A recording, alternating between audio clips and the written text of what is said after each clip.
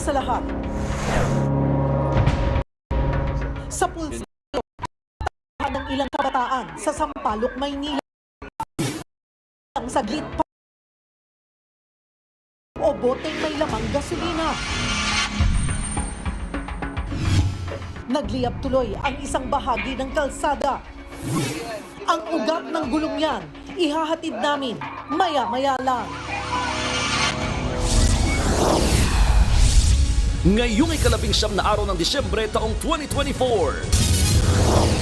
Panukalang 2025 national budget, bubusisiin pa ni Pangulong Bongbong Marcos pero target mapirmahan bago matapos ang taon. Ngayong magpapasko traffic, mga magnanakaw sa Road 10 sa Maynila, umarangkada na naman. Meron pang snatcher na menor de edad. Sa Maynila pa rin, tirador umano ng tanso ng kable na kuryente, patay. Presyo ng ilang Noche Buena items gaya ng hamon at mga sangkap sa spaghetti, bahagyang nagmahal. At bago ang huling Christmas weekend, ubos na ang mga tiket sa bus at barko. Pero dagsa mga pasaherong umaasang makakasakay. Babaeng nagligpit na nga ng kalat ng mga naglasing, abay siya pang pinagtataga. Sa Frontline News Abroad, buwaya sa Indonesia, naispatang may kagat-kagat na babae. Sa Frontline Showbiz, ang eksklusibong baby reveal ng transman na si Jessie Corcuera. Ganun pala maging magulang. At ang nakakakilig na comeback na hindi ninyo kakayanin, tambalang Marvin Agustin at Jolina Magdangal. Sure ka bang kaibigan mo lang ako?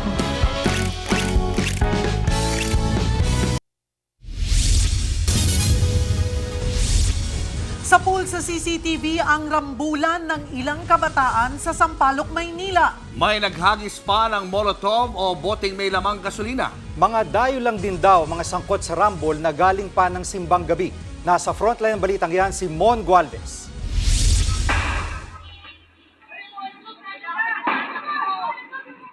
Magkasunod na putok ng baril ang umalingongaw sa Lacson Avenue sa Sampaloc, Maynila alas 5 ng madaling araw nitong Martes.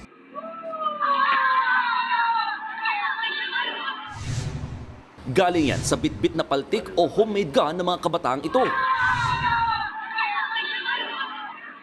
Maririnig pa ang tila hamunan at sigawan. Pati na ang kanilang suguran. Sa ibang kuha, makikita pang paghagis ng binatilyong yan ng pinaniniwalaang molotov o boteng may lamang gasolina. Nagdulot pa yan ng maliit na sunog sa daan. Naispatan din ng ibang may hawak na mahahabang tubo. Lahat sila, pawang mga menor de edad na nasa 12 hanggang 16 anyos lang. Ayon sa PNP, hindi ito gang war, kundi away lang ng mga batang sinamantala raw ang simbang gabi. Meron silang dahilan na makalabas ng bahay nila dahil nga simbang gabi. So, nag-iipon-ipon niya mga yan eh. Ayon pa sa barangay, mga dayo ang sangkot na kabataan dito. Parang may GC sila, sir eh. Minsan naman girian lang. Halika, halika. Gano'n na lang sila ng gano'n na, sir eh. Hamunan? Hamunan lang, sir eh. May nakatalaga naman daw ng mga barangay tanod at pulis sa lugar. Pero tiyempro ang gulo nung rumuronda na mga otoridad. Matagal na raw sakit sa ulo ng mga barangay itong mga nagrarayot ng mga kabataan. Katunayan, hindi raw bababa sa 5 beses kada isang buwan kung magkagulo mga ito na walang pinipiling lugar dahil kahit dito sa may Lacson Avenue sa Maynila na isa sa mga major roads ng lungsod, hindi pinapatawad. Wala namang nasaktan sa insidente, pero may ilang nag-report daw sa barangay na nasira ang bahagi ng sasakyan na nakaparada sa daan. Agad na nasagip ng mga pulis sa mga sangkot na kabataan. Diniretso sila sa Manila Department of Social Welfare. Habang ang mga magulang na sinundo ang anak, sermon muna ang inabot sa pulisya. Sabihin niyo mga pinagtigil naman yan, hindi naman yan makukulong. Paano pag nasa tamang gulang na? May pinatutupad ding ordinansa ang Maynila kung saan pwedeng makulong ng 1 hanggang 6 na buwan ang mga nagpapabayang magulang sa kanilang mga anak. May multa rin niyang 2,000 hanggang 5,000 piso depende sa edad ng bata. Dahil sa insidente, magdaragdag pa ng mga rorondang pulis sa lugar at hihigpitan din ang pagpapatupad ng curfew. Nagbabalita mula sa Frontline, Mon Gualvez, News 5. Umarangkada na naman ang mga kawatan sa Road 10 sa Maynila. Sa pool sa video, ang isang menor de edad na snatcher at isang sinamantala ang traffic. Nasa frontline ng balitang yan, si Dave Abuel. Bastang manlilimos lang ang menor de edad na yan na lumapit sa isang sasakyan sa Road 10 sa Maynila nitong Lunes ng gabi. Maya-maya, bigla na lang niyang hinablot ang cellphone ng pasahero ng sasakyan sa kakumaripas ng takbo. Sa ngayon, tukoy na ng mga pulis ang pagkakakilanlan ng sospek. Hanapin natin yung mga magulang kasi may ordinansa tayo dito sa Maynila na pag na-4 na beses nang nahuli yung inyong anak, pwede na natin pailan ng reklamo yung kanilang mga magulang. Sa videong ito naman noong nakaraang linggo, katirikan pa ng araw ng makuna ng lalaking yan na pinupukpok ang lockbox ng nakahintong truck.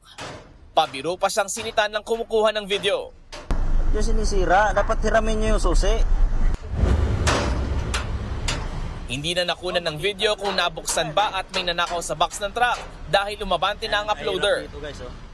Pero ayon sa Manila Police District, naaresto na ang lalaki sa video matapos niyang magwala sa gitna ng kalsada habang may dalang pen gun. Pero pansamantala siyang pinalaya habang patuloy ang investigasyon sa naturang reklamo. At dahil may insidente na naman ng nakawan sa Road 10, kanya-kanyang diskarte ang mga driver at pahinante ng truck para hindi mabiktima. Sila raw kasi ang magbabayad kapag may nawalang gamit sa truck.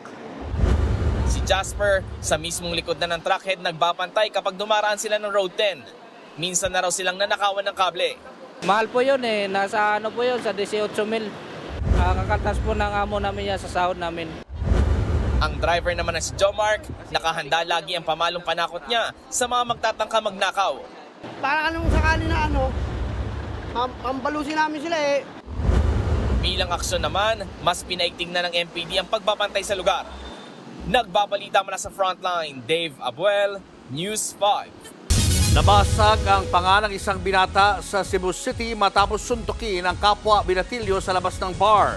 Nilapitan daw kasi ng biktima ang dating nobya ng suspect. Nasa frontline ang balitang yan, si John Aroa. Nagkainitan ang grupo ng mga lalaking ito sa labas ng isang bar sa Cebu City, Martes ng madaling araw. Sa kuha ng CCTV na eksklusibong nakuha ng News 5, makikitang pinagtutulungan nila ang isang lalaki. Ilang sandali lang, biglang sinuntok ang binatang yan ng lalaking nakatakip ang muka. Ngayon, maga ang pisngi, halos hindi mabuka ang bibig at hirap magsalita at kumain ang 19 anyo sa Nimrod. Sa CT scan ng biktima, makikita na basag ang panga ng binatilyo dahil sa isang suntok lang. Sinamahan daw ni Nimrod ang kaibigan sa inuman. Dito niya aksidenteng nasagi umano ang sospek. Ang biktima is na ngayon na upuan na ngayon ng pasensya ba na ngayon ng sorry. Suspect, dayon na gibalikan ni ang kuan, gibalikan ni ang biktima ugi sumbag. May testigo na raw ang pulis na makapagtuturo sa sospek na miyembro raw ng isang gang. Ayon sa kapatid ng biktima, posibleng pinagsilusan si Nimrod dahil lumapit siya sa dating nobya ng sospek. Sabi naman ng staff ng bar, baka away nga sa babae ang dahilan. Meron silang kasamang babae. Sabi ng ilang grupo ba, binastos daw. O yun ang nagsimula ng kagulo doon. Problema ngayon ng pamilya ng biktima ang pera pampaopera sa basag niyang panga. Kung hindi raw siya mauoperahan ngayong linggo, posibleng habang buhay na raw, hindi maibabalik sa dati ang panga ng binata. Hindi dyan matokib ang kasakit. Isip ko sa kailan. Wala ba dyan may kwarta? Sakit kayo. Nagbabalita mula sa frontline, John Aroa, News 5. Kahit wala ng mga tiket sa mga terminal, dagsa pa rin ng mga pasaherong nagbabaka sakali makabiyahe sa kanilang mga probinsya ngayong magpapasko.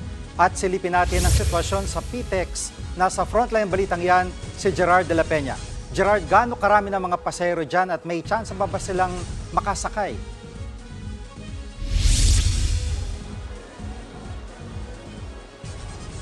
Gigi, kung makikita nyo dito sa aking likuran ay talagang napakaraming pasahero dito ngayon. Wala pa tayong exact count kung ilan ang foot traffic ngayon dito sa PTEX. Pero kung makikita nyo lang dito ay talagang nagkukumpulan yung mga pasaherong gustong makasakay na ng kanilang bus papuntang Bicol. Sa ngayon ay fully booked na yung karamihan sa mga biyahe dito sa PTEX. Merong mga nagpupunta ditong nagbabaka sakalit, gustong maging chance passenger para makasakay. At kanina nagpunta rin tayo sa Manila Northport. Hindi naman gaano karami ang mga pasahero doon. Pero gayon din, fully book na rin ang maraming biyahe doon. 6 na araw bago magpasko, maluwag at maaliwalas ang bagong renovate na passenger terminal ng Manila Northport. Yun nga lang, fully book na ang mga biyaheng Palawan at iba't ibang parte ng Visayas at Mindanao. Ang ilan, nagbabaka sakaling pumila bilang chance passenger. Si Elmer, bumili na lang ng ticket pa Bacolod dahil wala ng biyahe pa Dumaguete. Wala na po yung pag-ano ng ticket. Mahirap po talaga. Pag ganito ng uwian na, dapat maaga ka nagpabook para makakamura ka din. Problemado rin ang mga pasahero sa Parañaque Integrated Terminal Exchange o PTEX. Si Janet, waiting game din ang diskarte para makauwi sa Camarines Sur. Sobrang mahirap kasi nakalagay na po, fully book na daw. Mag-kaante na lang po. Inaabot kasi ng siyam-siyam ang biyahe roon dahil sa matinding traffic sa Lupi, Camarines Sur dahil sa ginagawang kalsada. Kaya ang ending, matagal din ang balik ng mga bus sa terminal. 24 hours yung biyahe ko, papunta pa lang dito. Grabe sir, 6 hours kami nakatambay dun eh. And then, dagdag pa yung mga traffic na dito.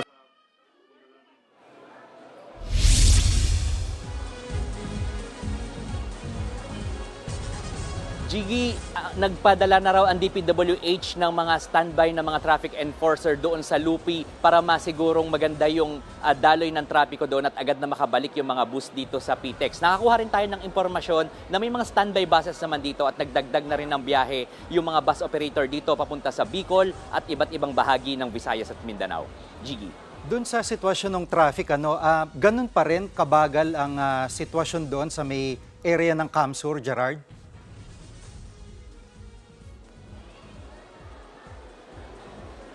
Sa ngayon wala pa tayong impormasyon kung gaano kabagal yung daloy ng trapiko doon. Pero ngayon lang ay nahalaman din natin na delayed yung pagdating ng mga bus dito. Kaya yung ibang mga pasahero kahit kaninang alas 3 pa sana o alas 4 ang biyahe ay ngayon pa lang nakakasakay ng bus. Gigi. At may update ba tungkol naman sa sitwasyon dyan sa NAIA?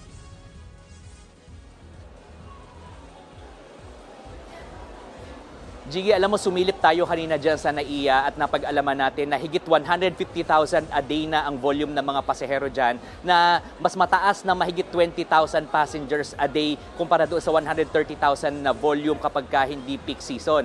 Wala tayong makikitang mga significant changes doon dahil kakaupo nga lang ng New NAIA Infrastructure Corporation bilang operator ng NAIA. Pero pinakita rin sa ating kanina na niluwagan yung mga kalsada doon sa paligid ng terminal para mabilis na makapasok at makalabas yung mga sasakyan na naghahatid at nagsusundo ng mga pasahero doon. Tinigil na rin muna ngayon yung construction works doon sa may runway para naman on time din ang mga flight. Gigi. Maraming salamat, Gerard de la Peña. 6 na araw bago ang Pasko, bahagyang tumaas ang presyo ng ilang Noche Buena items. Kaya ang ilan sa ating mga kapatid, kanya-kanyang diskarte para makamura. Nasa frontline ng balitang yan, si JC Cosico.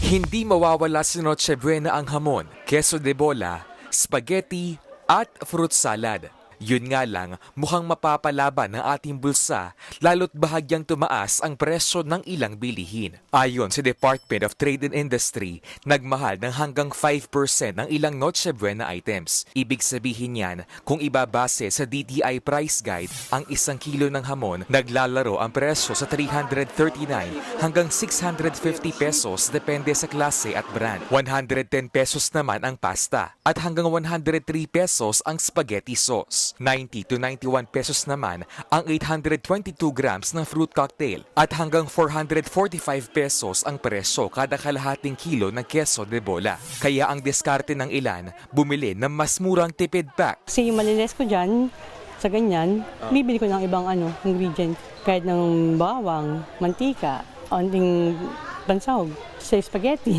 Compare po sa isa-isa, mas mapapamahal kasi magkakaiba sila ng mga presyo. Kanina, nag-inspeksyon sa grocery na ito sa Makati City ang mga opisyal ng DTI kasama ang Department of Agriculture. Wala naman silang nakitang nag-overprice. Pasok ko sila sa presyo. Yung ibang mga Noche Buena items are lower dito. Mas mababa yung presyo nila dito. Nag-ikot din ang mga opisyal sa Guadalupe Market kung saan tumaas na 20 pesos ang presyo ng karneng baboy, gaya ng yempo, pork chop, pata at iba pa. Bagamat wala namang lagpas 400 pesos per kilo sa mga yan. Sabi nga nila, nag-increase kasi nga yung demand talaga tumaas. As we all know, meron tayong problema pa sa ASF. So sa baboy talagang expected tumaas. Iniinda rin ng mga nagtitinda sa palengke ang mahal na bilihin. Matumal po sobra, tapos sobra din taas ang puhunan. Ang mga tao nagbabudget lang. Mayaman, mahirap, nagbabudget talaga po. Sa pag-iikot ng DA, napansing may isang brad ng imported rice na ibinebenta sa halagang 62 pesos per kilo. Nasa 47 hanggang 49 pesos lang daw dapat ang presyo niyan. Iimbestigahan ng DA ang umano'y profiteering o pagbebenta ng may malaking patong. Nagbabalita mula sa Frontline, JC Cosico, News 5. Hahabulin pa rin daw ni Pangulong Bongbong Marcos na mapirmahan ang 2025 national budget bago matapos ang taon. Wala raw mababawasang pondo at sa halip may madadagdagan pa. Nasa frontline na balitang yan si Maricel Halili. Sa dami ng kailangang busisiin, hindi na raw aabot bago magpasko ang 2025 national budget. Pero target pa rin itong mapirmahan ni Pangulong Bongbong Marcos bago matapos ang taon. Bukas na kasi dapat nakatakda ang paglagda ng Pangulo sa budget. Pero sabi niya, may mga insertions o singit na wala naman sa original na budget request. Kaya kailangan pa itong tingnan. We are starting to see some project proposals that do not have the appropriate, walang program of work, walang appropriate na documentation, hindi maliwanag kung saan pupunta ang pera. Kaya yun ang liliwanagin natin. Ipinatawag na ni PBBM ang kanyang economic team kahapon para i-review ang proposed budget. Hindi na raw kasi pwedeng ibalik ang budget sa Kongreso para muling busisiin. Ang tanging magagawa na lang ng Pangulo ay gamitin ang kanyang veto power o ang kapangyarihan niyang mag-reject sa ilang item sa budget o i-reject ang kabuuan nito. Nauna nang nanawagan ng ilang kongresista na i-reconvene ang BICAM para sa budget. Wala sa procedure yan. There is no procedure to return it to the BICAM. It's finished already in the House. It's finished already it's finished in Congress. Tapos na. So it's up to us now to look at the items and to see what are appropriate. Isa sa mga pinag-uusapan ngayon ay ang zero subsidy na binigay sa PhilHealth. Pero giit ng Pangulo, huwag niyong inaalala na mababawasan ang serbisyo kahit na kanino. Para sa senior, para sa mga hirap, para sa middle class. Walang mababawasan kahit isang kusing. Quite the opposite. Dadagdagan natin yan in 2025. Hirit pa ng Pangulo sa mga kontra ang opinyon sa issue ng PhilHealth. Pag-aralan muna ng mas malalim ang sitwasyon bago magkomento. Nagbabalita mula sa Frontline. Maricel Halili, News 5. Very bad budget kung ilarawan ni Senator Amy Marcos ang niratipakahang pambansang pondo ng Kongreso. Hirit tuloy ng Senadora, ibalik na lang sa BICAM ang panukala imbes na ma-veto ang ilang pondo. Nasa frontline balitang yan si Mean Los Baños. To the rescue ang kapatid ng Pangulo na si Senadora Amy Marcos kaugnay ng issue sa 2025 national budget. Ayon kay Senadora Amy, may ilang paglabag sa saligang batas ang budget na niratipikahan ng Kongreso. This is talaga naman a very, very bad budget. Talagang ito ay labag sa konstitusyon, labag sa ilang batas, at labag sa damdamin at pangangailangan ng tao. So, kinakailangan at humihingi nga ako na i-recommit na lamang sa BICAM. Para sa Senadora, mas komplikado pa kung i-veto ni Pangulong Bongbong Marcos ang ilang probisyon sa budget. Hindi raw maaari ibalik sa BICAM. Nais ko lang ipaliwanag na pwedeng ibalik sa BICAM. Ang hirap kasi sa veto, mauuwi sa zero. Magiging zero kung anuman line item na veto. Isa sa kinwestiyon ng Senadora ang 26 billion pesos sa ayuda sa Kapos ang Kita Program o AKAP na wala naman sa orihinal na budget request ng Department of Budget and Management. 2 beses kami nag-hearing sa subcommittee ng DSWD, sang katutak na tawag, sang damakmak na papel. Wala nang banggit ng AKAP. Biglang sumulpot na naman sa BICAM. Saan galing yun? Wala sa prioridad ng Pangulo. Apela ni Senadora Amy, huwag ipahamak ang kanyang kapatid sa pagpapalusot ng aniyay napakasamang budget. Huwag naman ninyo ipahamak yung aking kapatid.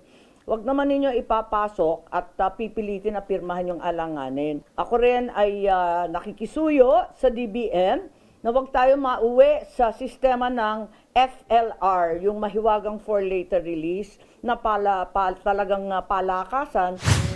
Pero si House Speaker Martin Romualdez ipinagtanggol ang pondo para sa AKAP.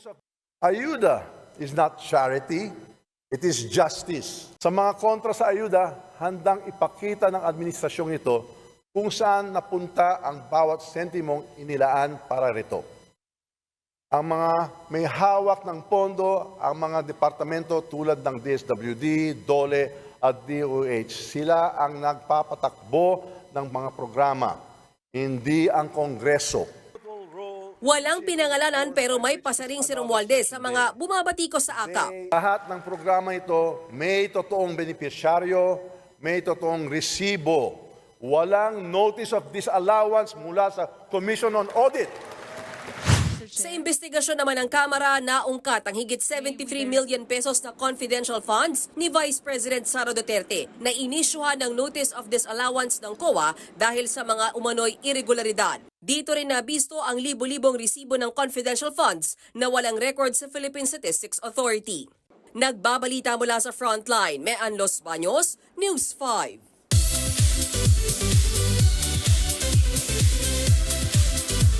What's up mga kapatid? Narito ang latest showbiz balita ngayong Huwebes. From rowdy to kilig. Yan ang feels ng upcoming serye sa Viva One app ni kapatid heartthrob Andres Mulak. Ito na rin ba ang pinakahihintay na love team reveal ng kinakikiligang anak ni Charlene at Aga Mulak? Nasa frontline ng balitang yan, si MJ Marfori. It's giving tuksuhan. It's giving from haters to lovers. It's giving mega kilig. Hindi na nga magkarinigan sa Viva Cafe. Sa teaser pa lang ng first ever solo project ni kapatid heartthrob Andres Mulak na ang mutya ng Section E. At ito na, hindi pa man showing ang serye. Trending na nga online ang mga BTS ng social media challenges nila ng kanyang ka-love team na si Ashton Olviga. Yun pala, ang kilig na napapanood ng fans, ganun din ang nararamdaman ni Andres at Ashty. Well, it feels really good. Then, tuwing na may eksena kami ni Ash, nakikilig talaga ako po kasi like... Good feeling. How about... Great feeling. Great feeling. Mas grabe naman ang sagot ni Ashty sa nararamdaman niya. Tinawag pa niyang answered prayer ang tambalang Jafer nila ni Andres. May mga naka-love team ako before pero si Andres po yung nag-click po talaga. And sobrang hindi ko po talaga in-expect. hindi ko po talaga in-expect. Tapos syempre Andres Mulak na yan, oh. Wow! Parang kinikilig yung dalawa. Ayun, sobrang thankful lang po talaga kasi wala po talaga akong in-expect. Pero parang answered prayer na din po. Starting January 3, umpisa na rin ang kilig sa mutya ng Section E sa Viva One app. Nagbabalita mula sa Frontline, MJ Marfori, News 5. Susunod, pader ng supermarket sa Rizal, binutas na mga kawatan. Halos 1 milyong pisong cash, pati na CCTV system, tinangay. Lalaking umakyat sa poste at nagtangkaraw magnakaw ng tanso, patay matapos makuryente. Babaeng nagligpit ng mga pinag-inuman, tinaga ng lasing. At 90s kilig na buhay sa baliktambalan ni Marvin Agustin at Jolina Magdangal. Abangan ang lahat ng yan sa pagbabalik ng Frontline Pilipinas.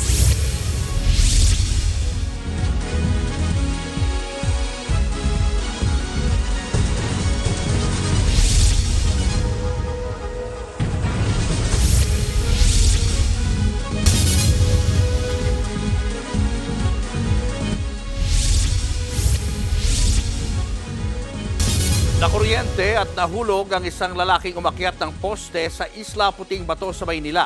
Posibleng nangunguha ng tanso sa mga kawad ng kuryente ang biktima. Nasa frontline ng balitang yan, si Ian Suyu. Lapnos sa iba't ibang bahagi ng katawan ang inabot ng isang lalaki matapos makuryente sa Isla Puting Bato sa Tondo, Maynila. Nangyari yan matapos umanong umakyat sa poste ng biktimang si Robert Madayag Jr. para manguha ng tanso. Laking gulat na lang daw ng pamilya ng biktima nang makarinig ng malakas na pagputok. At nang tignan nila, nakita na lang nila ang wala ng buhay na biktima. Di baling wala kaming kainin, basta kompleto kami, wala kaming sakit, okay lang. Eh ngayon, kulang na kami ng isa. Parang hindi na kompleto yung Pasko namin. Tingin ng tatay ng biktima, may nag-udyok sa anak na siyang umakyat sa poste. Parang nasanay siya sa kung walang welcome, so binibenta nila mga barkada niya. Ayon naman sa kapitan ng barangay, hindi na bago sa kanila ang mga umaakyat ng poste para manguha ng tanso. Talikit kami, nabis kami dyan na sinasaway sila at meron na kami nahuli dyan. Nagreklamo yung mga citizen doon. Nagbabala naman ang Meralco sa iligal na pag-akyat sa mga poste. Kung pag-akyat sa poste ay isang mapanganib na gawain, tanging ang mga taga-Meralco lang, yung mga line personnel trained na umakyat ng poste with the necessary safety equipment. Nagbabalita mula sa frontline, Ian Suyu, News 5. Sa pool sa CCTV ang pagnanakaw ng 4 na kawatan kabilang ang sa minor de edad sa Quezon City. Ang pinupuntirya nila mga electronic tap machine ng mga tindahan. Nasa frontline balitang yan si Brian Basa. Sa loob ng isang linggo, 2 beses nasa pool ang pagnanakaw ng 4 na kawatan sa barangay North Fairview sa Quezon City. Ang pinupuntirya nila, mga electronic tap machine ng mga tindahan. Yan yung ginagamit sa pagbayad ng bills at money transfer. Sa kuha ng CCTV sa Fairlane Street noong nakaraang Huwebes, makikita ang pagdating ng isang rider habang may 2 lalaking nakaabang. Maya-maya, nagmamadali ng pumasok sa eskinita ang mga lalaki habang sumibat ang rider. Hindi na nakita sa video pero sa pilitan nilang binuksan ang e-tap machine. Nitong Sabado naman sa Dollar Street, binaklas din ng mga lalaki ang parehong machine saka sumibat gamit ang motorsiklo. Suma total, nasa 120,000 pesos ang ninakaw ng mga suspect. Agad isinumbong sa mga pulis ang parehong insidente. Naaresto ang 4 na magnanakaw, kabilang ang isang menor de edad sa Junji Street sa Quezon City. Nakuha rin sa kanila ang ilang pyesa ng e-tap machine at ang mga motor na ginamit sa krimen. Hindi na naitanggi ng mga suspect ang pagnanakaw. Bali, naudyokan lang po ng tropa na sumama sa ganun lakad. Wala pong maisip na paraan napagplanuhan lang po na baka sakaling nakukuha ng pera doon. Nahaharap ang 3 inaresto sa reklamong robbery habang nasa pangangalaga naman ng Barangay Council for the Protection of Children ang kasamahan nilang menor de edad. Nagbabalita mula sa frontline, Brian Basa, News 5. Nauwi sa disgrasya ang inuman sa isang bahay sa Villarreal, Samar. Sugatan dyan ang isang babae na tinaga ng sarili niyang bayaw. Base sa investigasyon, naglilipat ng pinag-inuman ang babae sa kanyang bahay habang nagliligpit ng kanilang inuman habang nakikipagkwentuhan sa kanyang mga kaibigan. Nang biglang dumating ang lasing na suspect na galing din sa inuman. Nagtalo raw ang 2 dahil tila nayayabangan daw ang suspect nang magkwento ito tungkol sa kanyang pamilya. Hanggang sa kumuha ng itak ang suspect, tinaga ang biktima sa kanyang ulo, likod, kamay at paa. Sa kabila ng mga tinamo, nagpapagaling na sa ospital ang biktima habang tinutugis naman ang suspect.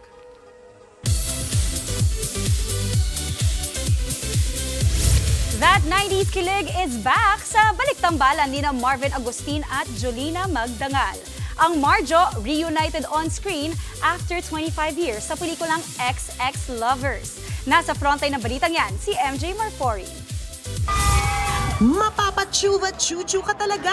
Lalo na at pang malakas ang entrada na holding hands while walking pa sina Julina Magdangal at Marvin Agustin sa kanilang intimate media con para sa reunion film nila after 2 decades na XX Lovers. Basta kasi pelikula sa amin ni Julina, yung vibe ng 90s, yun din yung nararamdaman namin, and I hope yun yung nararamdaman niya kasi yun yung gusto namin ipanood sa inyo. No need for sexy, pero pang mature na ang atake ng rom-com na to. Pang world class din ito dahil shot in beautiful Malta pa. It's the most handsome Filipino in Valletta. What? I cannot hear you. Said is the most hot. Sila ang unang major movie na sa picturesque European country na ito nag-film. Tulungan ba kita? Gusto ko talaga makapunta ng Malta. Kung nakakadagdag pa siya dun sa mga eksena, yung feels nung lugar namin. Kayo na ba ulit? Kung na-miss nyo ang Labs Kita, okay ka lang. Kung ayaw mo, wag mo. At hey babe, mas malupit pa raw itong XX Lovers. Wala ako. Naka-4 na script daw ang pre-resent kina Marvin at Julina. Bago nila tinanggap ang project na ito, kaya okay lang daw na mataas ang expectation ng fans. Ito rin ang long-awaited reunion ng dalawa after 25 years. Ang saya ng pelikula, ang kilig, nakakatawa, pero ang touching niya. Kasi kwento siya ng dalawang taong that they trust each other and they love each other at maghahanap sila ng paraan at ways para mahalin pa rin ang isa't isa. Showing na ang XX Lovers sa February 2025. Gagapangin mo ako, tapos ikikiss mo ako, tapos, ay! Joy ah! Nagbabalita mula sa Frontline, MJ Marfori, News 5. Susunod, tindahan ng paputok sa Lapu-Lapu, Cebu, nasunog, ilang residente muntik nang masuffocate. At dating PBB housemate at trans man na si Jessie Corcuera, nagsilang na ng baby girl. Yan at iba pa sa pagbabalik ng Frontline Pilipinas.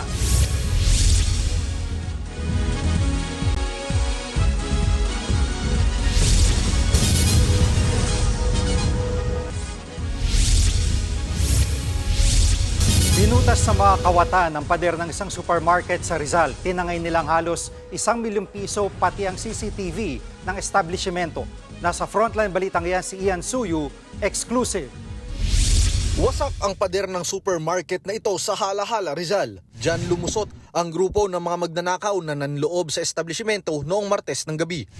Binakbak nila ang pader gamit ang mga construction tools gaya ng crowbar, lagaring bakal at chisel. Ayon sa mga pulis, tiyempong malakas ang ulan ng pasukin at pagnakawan ng supermarket. Kinabukasan na nadiskubre ng manager ang krimen. Nakita rin sa loob ng supermarket ang mapuputik na bakas ng paa ng mga kawatan. Ito yung bahagi ng pader ng grocery store na binutas ng mga kawatan. At dito naman sa kabilang bahagi makikita yung mga nakasalansan na mga kahoy-kahoy at mga puno-puno na siya raw ipinantapal dito sa butas habang ginagawa ng mga kawatan yung pagnanakaw. Ayon sa kapulisan, nasa 20 minutes daw ang itinagal nila sa loob ng establishmento. Yun daw ay para hindi sila mapansin ng mga sasakyan na dumadaan sa kalsada. Tinangay ng mga salarin ang hindi bababa sa 1 milyong pisong cash at isang company phone. Ang masaklap pa, tinangay rin pati ang CCTV system at recording box ng establishmento. Dahil dyan, mas lalong pahirapan tuloy ang pagtukoy sa mga nanloob. Hindi inaalis ng Hala-Hala Police Station ang anggulong inside job. Precise po yung galawan nila, so hindi sila nagkalat. Talagang nakapokus sila dun sa bolt, sa pera. Hindi sila nagkuha ng ibang items. So masasabi nating professional and planned. Tanging hawak lang daw ng pulis sa ngayon ay ang mga naiwang tools ng mga kawatan na posibleng pagkunan ng fingerprint ng mga suspect. Tumanggi nang magsalita sa aming kamera ang pamunuan ng supermarket. Nagbabalita mula sa Frontline, Ian Suyu, News 5. Nabulabog ng putukan ang isang residential area sa Lapu-Lapu City, Cebu. Ang nasunog, isang tindahan ng paputok. Nasa Frontline ng balitang yan, si John Aroa. Wala pang New Year, pero aakalain mong may pa-fireworks display na sa Lapu-Lapu, Cebu kagabi. Tuloy-tuloy kasi ang putukan. Yun pala, may nasusunog ng tindahan paputok. Kaya ang mga tao, imbis na matuwa, kakaba-kaba, makapal at maitim na usok kasi ang bumalot sa lugar dahil sa dami ng nasunog na paputok. Ang residenteng si Justine, muntika ng masuffocate dahil nasa likod lang ng bahay nila ang tindahan. Naglagay sila ng basang-basahan sa ilong para lang makahinga. Hindi po talaga sir, magsakit sa ilong, masakit sa lalamunan. Halos 15 minuto ang lumipas bago naapula ang apoy. Wala namang nadisgrasya. Hindi patukoy kung ano ang mitsa ng sunog. Pero kwento ng may-ari, may tinapon umano sa loob ng kanyang tindahan. Murag nilupad nga kuwa ba? Parang may lumipad na kulay pula. Nung nagkaputukan na, sumiklab ang sunog. Muntik na nga akong matrap. Mabuti na lang, nakuha ko yung kita ko, di nasunog. Nasa 20,000 pesos na paputok ang nasira dahil nasa gilid lang ng kalsada ang tindahan. Bumigat ang trapiko, lalo't rush hour yan nangyari. Todo iwas tuloy ang mga motorista. Iniimbestiga na ng LGU kung bakit pinayagan ang pagtitinda ng mga paputok sa naturang mga lugar na nasa tabi ng kalsada at malapit sa residential area. Nagbabalita mula sa Frontline, Jan Arua, News 5. What's up mga kapatid? In-announce ng NBA na magkakaroon ng mga pagbabago sa format ng annual All-Star Game sa parating na taon. Imbis na isang laro na lang ang lalaroin ng mga pinakamahusay na manlalaro ng mundo, hahatiin sa 4 na team ang pool at sasabak sila sa isang mini-tournament. Magkakaroon pa ng draft kung saan pipili sina Shaquille O'Neal, Charles Barkley at Kenny Smith galing sa All-Stars at mga parte ng Rising Stars team. Unang lalaro ang 4 teams at magkakaroon sila ng target score na 40 at ang mananalo ay mag-a-advance sa finals. Malaking pagbabago ito sa nakasanayan ng lahat ng NBA fans kaya maraming excited para sa All-Star Tournament na magaganap sa February. Magsisimula na din ang botohan this week at matatapos sa January 20 at malalaman natin sino mga mapapanood sa event. Sa Korea naman, nakuha ni Carl Tamayo ang kanyang kauna-unahang double-double sa Korean Basketball League o KBL. Nagtala ang dating Fighting Maroon ng 17 points and 10 rebounds along with 6 assists sa kanilang panalo kontra Samsung Thunders. Dominante ang kupunan ni Tamayo buong laro at kahit lumapit pa ang kalaban sa fourth, nagpakita sila ng composure para masecure na ang panalo. Final score 90-76.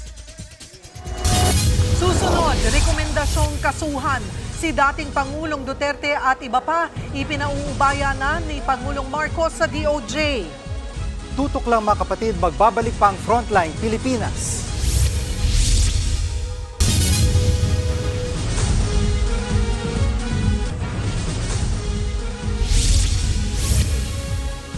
Ipauubaya na ni PBBM sa DOJ ang rekomendasyon ng Quadcom na kasuhan si dating Pangulong Rodrigo Duterte at iba pa. Tingin naman ni Senator Bato de la Rosa, demolition job ito na may kaugnayan sa pagpapatalsik kay Vice President Sara Duterte. Nasa frontline ng balitang yan, si Mayan Los Baños.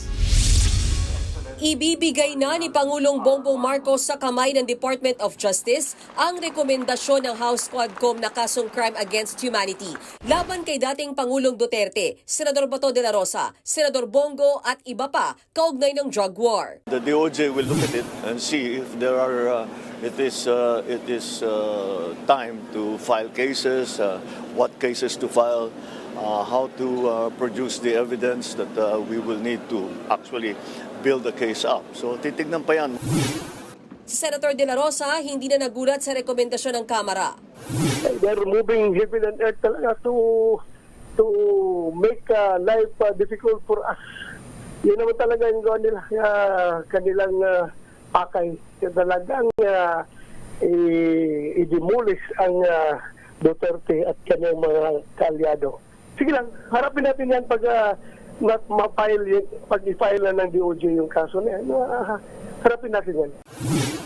Sa tingin din ni De La Rosa, gusto daw gibain ng ilang kongresista ang kandidatura nila ni Senator Bongo sa bilang Pilipino 2025. Posibleng may kinalaman din daw ito sa impeachment ni VP Sara Duterte.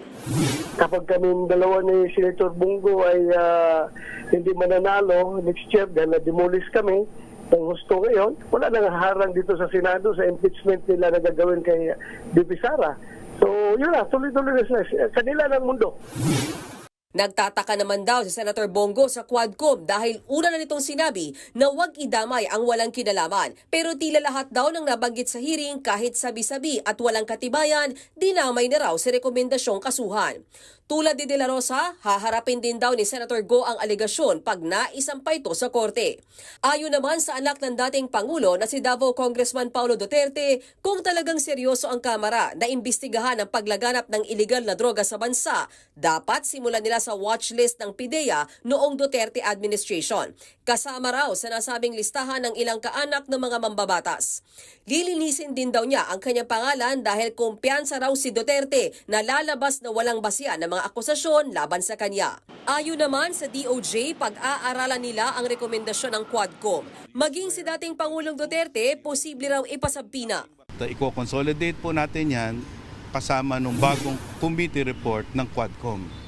So pag pinagsama-sama po natin yan, magkakaroon tayo ng evaluation at we will have a follow-up investigation and additional subpoenas to determine whether this crime of IHL, International Humanitarian Law, or crimes against humanity was really committed. Nagbabalita mula sa Frontline, Mean Los Baños, News 5. Susunod, murang Christmas shopping ba hanap nyo? Silipin natin ang Tianggean sa Taytay. Marami pa kayong mga balitang dapat malaman sa pagbabalik ng Frontline Pilipinas.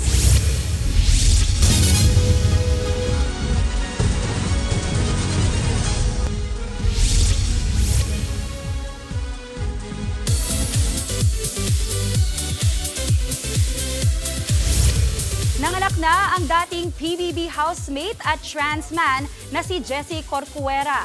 Eksklusibong ipinakita ni Jessie kay Julius Babaw ang kanyang baby na pinangalanan niyang si Kalia. Ganun pala maging magulang. Kahit wala nang mapunta sa'yo or wala ka nang matanggap, basta iniisip mo lang lagi para doon sa anak mo.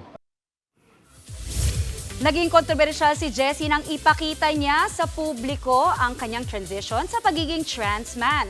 Sinundan naman niya ng kanyang public announcement ng kanyang pagbubuntis via artificial insemination. Ang buong interview ni Jessie mapapanood sa Julius Babaw Unplugged YouTube channel. Congrats, Jessie! Libo-libong kapatid natin ang bumibisita kada araw sa Taytay, Tiangge, dyan sa Rizal. Bukod kasi sa samot-saring damit na mabibili dyan, abot kaya pa ang mga ito. May mapapanood ding Christmas animated display sa harap ng Taytay Public Market. Live mula sa Taytay, Rizal, nasa Frontline balitang yan si Faith Del Mundo. Faith?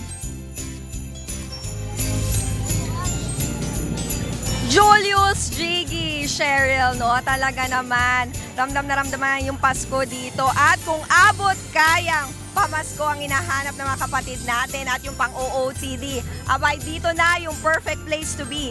Dito sa Taytay, Tiangge, dito sa Rizal.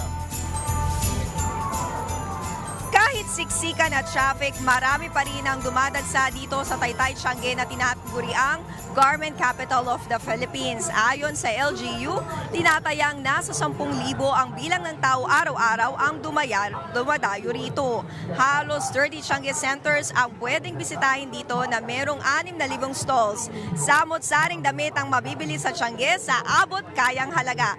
Para sa mga chikiting, sa halagang 100 pesos, may ternong damit na para sa kanila. Hanggang 250 pesos naman ang presyuhan ng mga dress.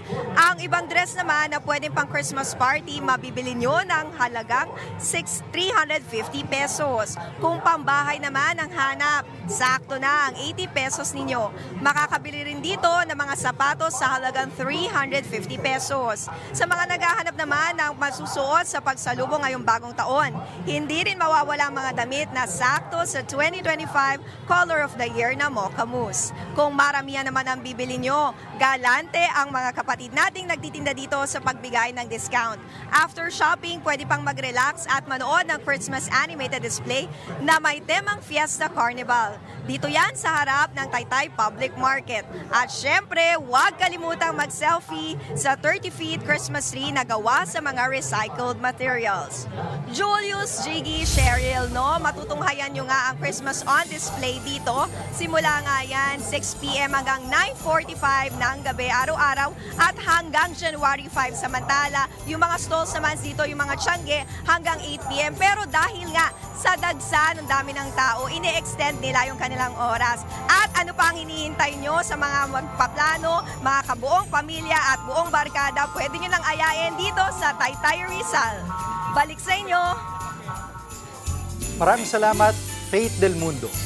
Mura ba talaga dyan, Maui? Yes, Papu. Nag-cover ako dyan for Good Morning Kapatid. Yung 500 pesos ko, naka-isang pantalon, isang t-shirt, 3 shorts ng bata at 3 shorts ng matanda. Dami na. Yes, sobrang dami. Sobrang panalo dyan sa Taytay Rizal. Sulit kahit medyo malayo at na-traffic. Sulit. At saka yung wholesale nila nagsisimula sa 3 pieces and above. So talagang makuha mo kagad yung pinakamababang presyo. Yan. Malayo ang mararating niya pag nag-shopping si Mikey doon. Yes, alam mo yan. Malayo. Sobra. May regalo na ako sa inyo. Pang wholesale kami.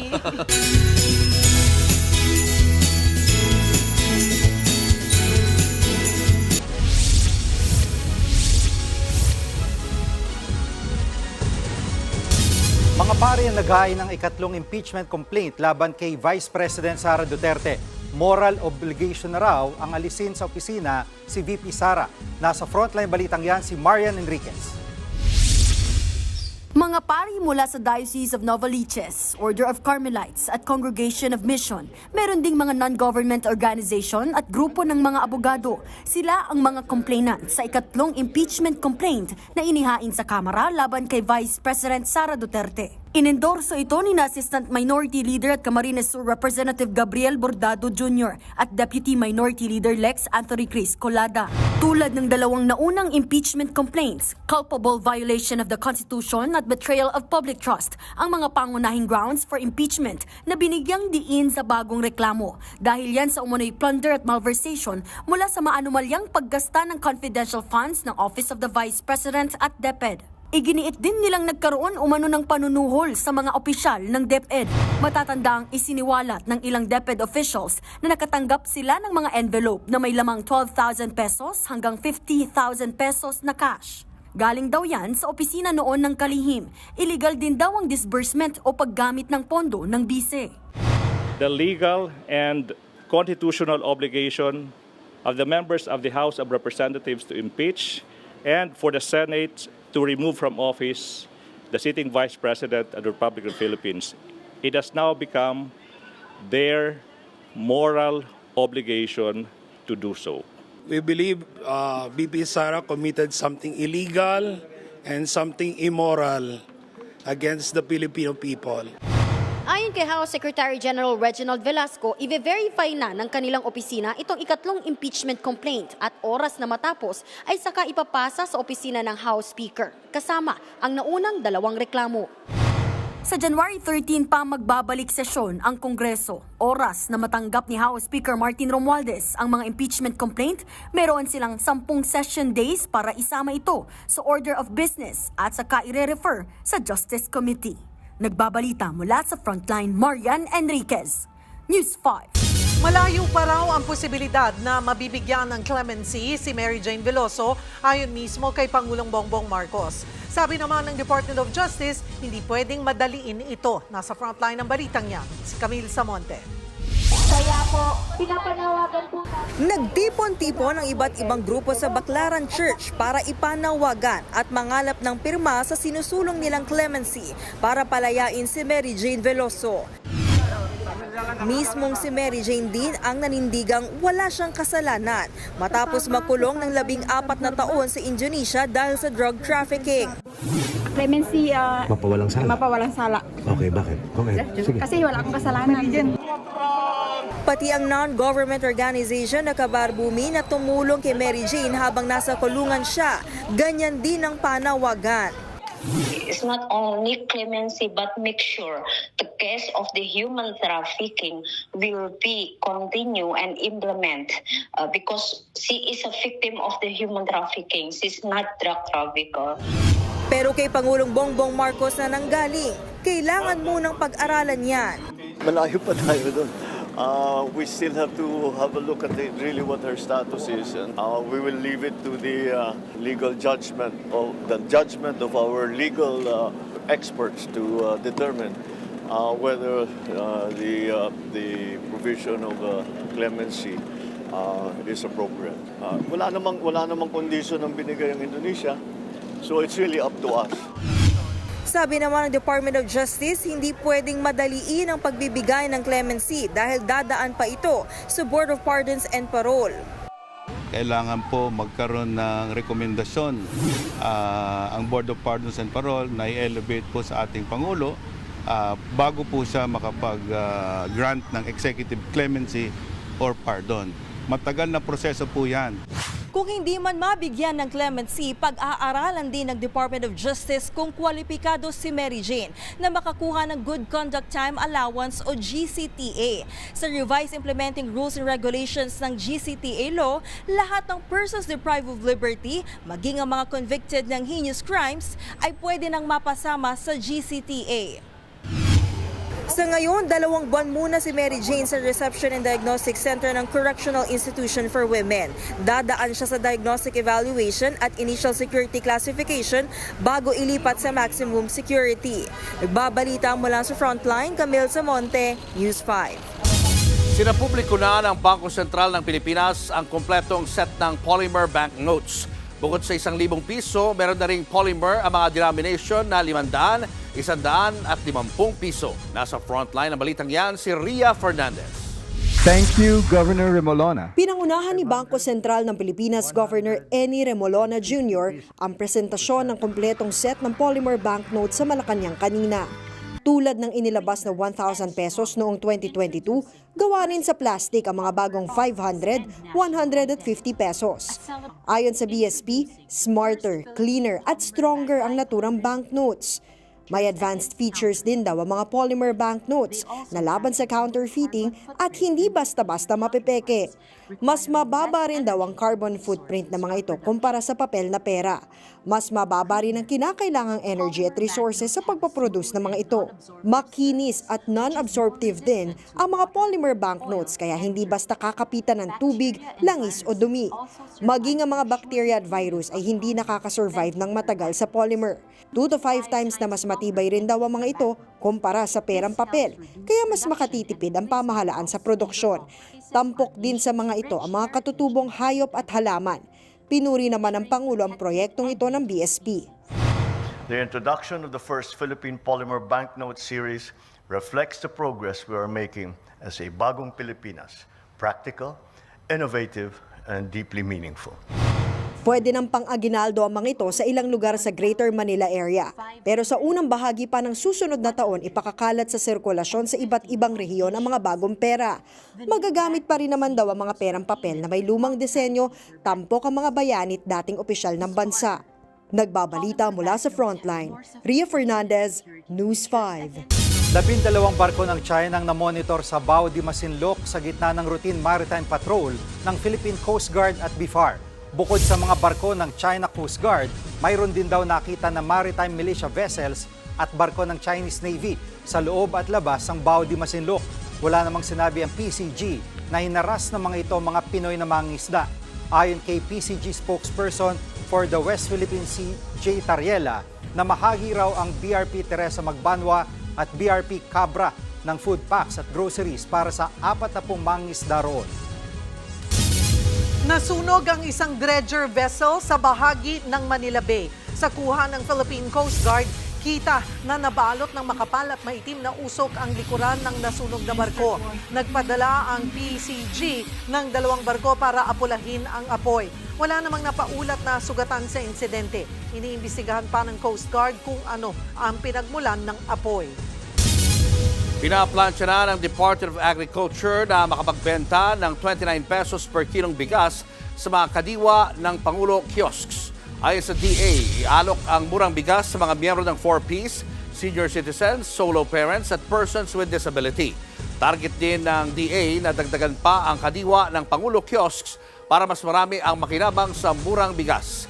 Nakikipag-ugnayan na raw ang DA sa DILG para dito. Sa ngayon, nasa 42 hanggang 45 pesos per kilo ang pinakamurang bigas na mabibili sa mga kadiwa store.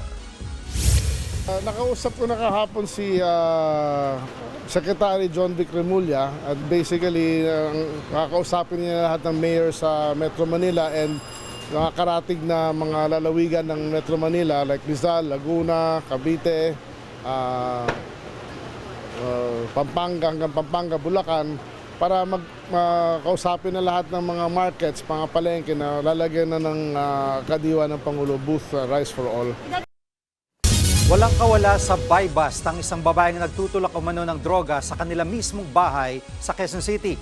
Itinanggi naman ng suspect ang paratang, sabay nilaglag ang kanyang asawa. Nasa frontline balitang yan si Hannibal Talete. Sa kulungan ang bagsak ng 19 anyos na babae na target ng buy-bust operation sa Quezon City. Sa bahay mismo ng babae, nakabili ng droga ang operatiba na nagpanggap na buyer. Nakuha sa loob ng bahay ng suspect ang mahigit sa 100 gramo ng hinihinalang shabu na nagkakahalaga ng 748,000 pesos. Ayon sa mga pulis, mismong mga residente sa lugar ang nagsumbong sa nangyayaring bentahan ng droga. Inaalam pa kung saan nanggagaling ang supply ng suspect. Karaniwan daw na transaksyon ng suspect ay sa pamamagitan ng consignment. Yung consignment, halimbawa, mayroon kang binabagsakan, tapos mayroon kang araw na sisingilin mo sila, mag-remit sa'yo. Nakakulong ngayon ang suspect sa Payatas Bagong Silangan Police Station at nahaharap sa paglabag sa Comprehensive Dangerous Drugs Act. Aminado siyang may droga sa kanilang bahay, pero giit niya, ang asawa niya raw ang nagtutulak nito. Ang mali ko lang po is tinolerate ko yung asawa ko. Pero po hindi po talaga ako nagbebenta. Hindi rin po ako gumagamit. Pinilit ko naman po yung asawa ko na magbago po kami para po meron akong peace of mind. Kasi nga po nagkakasakit na po ako sa kanya. Pinaghahanap pa ang asawa ng suspect. Nagbabalita mula sa frontline. Hannibal Talete, News 5. Nakipagsanib puwersa ang PNP Anti-Cybercrime Group sa social media platform na TikTok para labanan ang online selling scam. Ayon sa ACG, dumulog sa kanila ang pamunuan ng TikTok dahil sa dami ng mga nagrereklamong biktima ng scam. Kabilang ang mga nakakatanggap ng mga item na hindi tugma o iba sa in-order nila online. Nababahala rin na ang TikTok sa mga video na kasama ang mga menor de edad na pinagkakakitaan daw. May binuong investigation team ang ACG para tutukan ang mga reklamo kaugnay niyan. Mas mapabilis po natin itong aksyon na gagawin ni TikTok pag meron pong nabibiktima na gamit yung platform na ito. Pag may magreklamo po dito na online scam gamit yung TikTok, no need of letter na po. Meron lang pong isang focal person na kakausapin si PNP ACG para mas mabilis po yung proseso.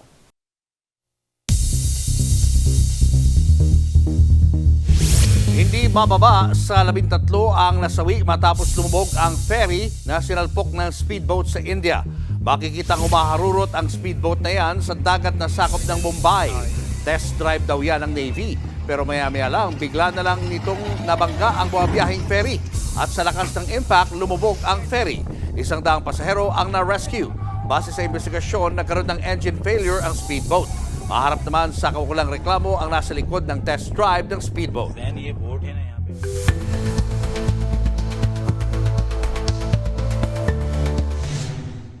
Taong 2013 nang ideklara ng Korte Suprema na unconstitutional ang pork barrel system. Pero ang sabi nga ng ilan, kung gugustuhin, parating may paraan. Ang sabi kasi ng Korte Suprema, ang trabaho ng Kongreso ay gumawa ng batas, hindi magpagawa ng mga proyekto na ikapapadalo nila sa darating na eleksyon. Pero ang pork barrel system na tumagal ng higit 1 siglo, tila nagbago lamang ng anyo.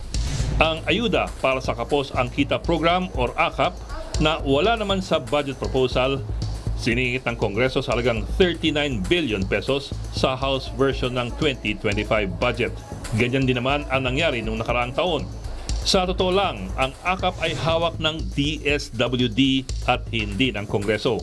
1 to 10,000 pesos na ayuda para sa mga minimum wage earners na tinamaan ng inflation. Para yan sa medical, financial at food assistance. Sa Memorandum Circular No. 4 ng DSWD, nakalatag ang proseso ng pagbigay ng AKAP. Mula screening, interview, hanggang sa release ng pondo, lahat yan ang DSWD.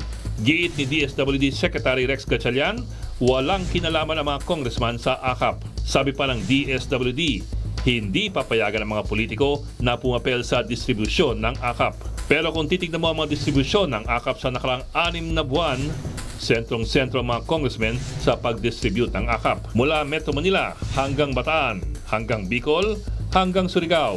Hindi lang sila nasa plataforma, minsan sila pa ang nagbibigay ng tseke. Sa Naga City, ang pinasalamatan ay ang Kongreso.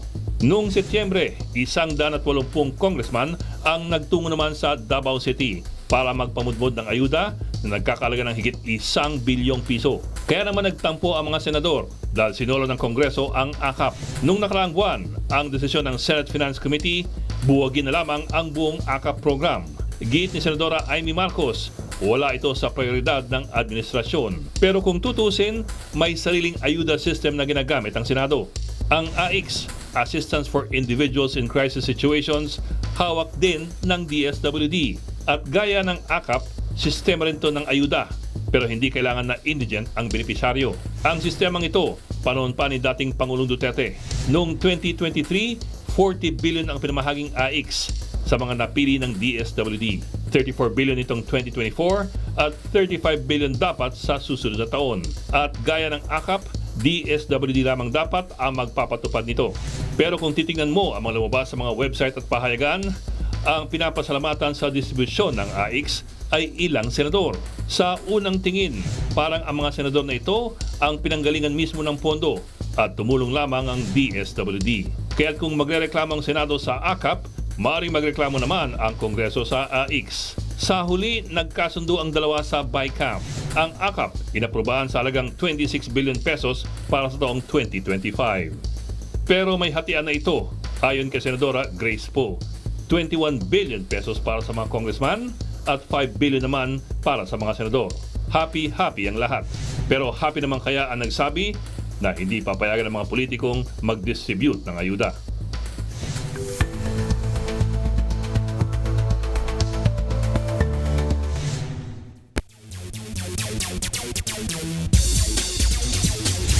Mga kapatid, ni-reveal ni Spanish F1 racer Carlos Sainz na gusto niya bumisita dito sa Pilipinas.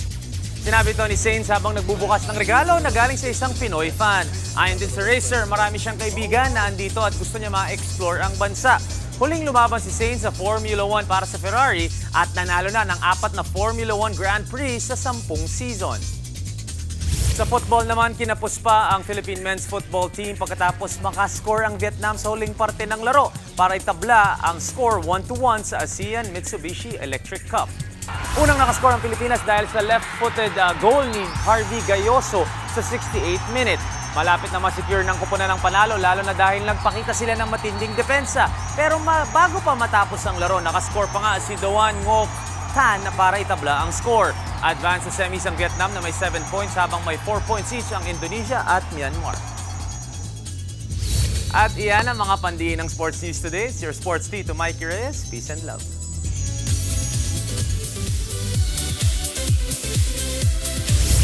Billie Eilish is indeed an example ng old showbiz saying na the show must go on.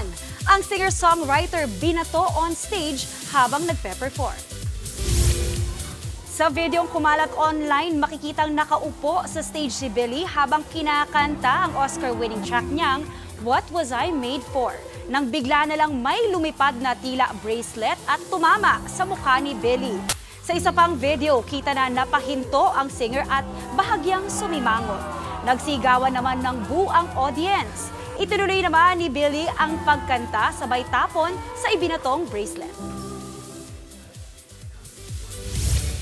Dalawang Karate Kid icon ang magsasama sa Ultimate Martial Arts movie next year, ang Karate Kid Legends. Sanib puwersa nga sa action film na yan sina original Karate Kid star na si Ralph Macchio. At syempre, ang Kung Fu legend, ang master sa 2010 remake na si Jackie Chan. Introducing naman sa pelikula ang young Chinese-American actor na si Ben Wang. Sina Ralph at Jackie ang magiging mentor ni Ben na sasabak sa isang martial arts competition. And that wraps up our dose of entertainment news ngayong Thursday. Salamat mga kapatid. Ako po si Maui David. Countdown tayo ulit. One more time, Tito Mikey. 6 days na lang, mga kapatid. Pasko na. Babalik na yan. 31, ha? Sige. 31. At yan ang mga balita at impormasyong dapat nyo malaman sa araw nito. Mga balita para sa may alam at may pakialam.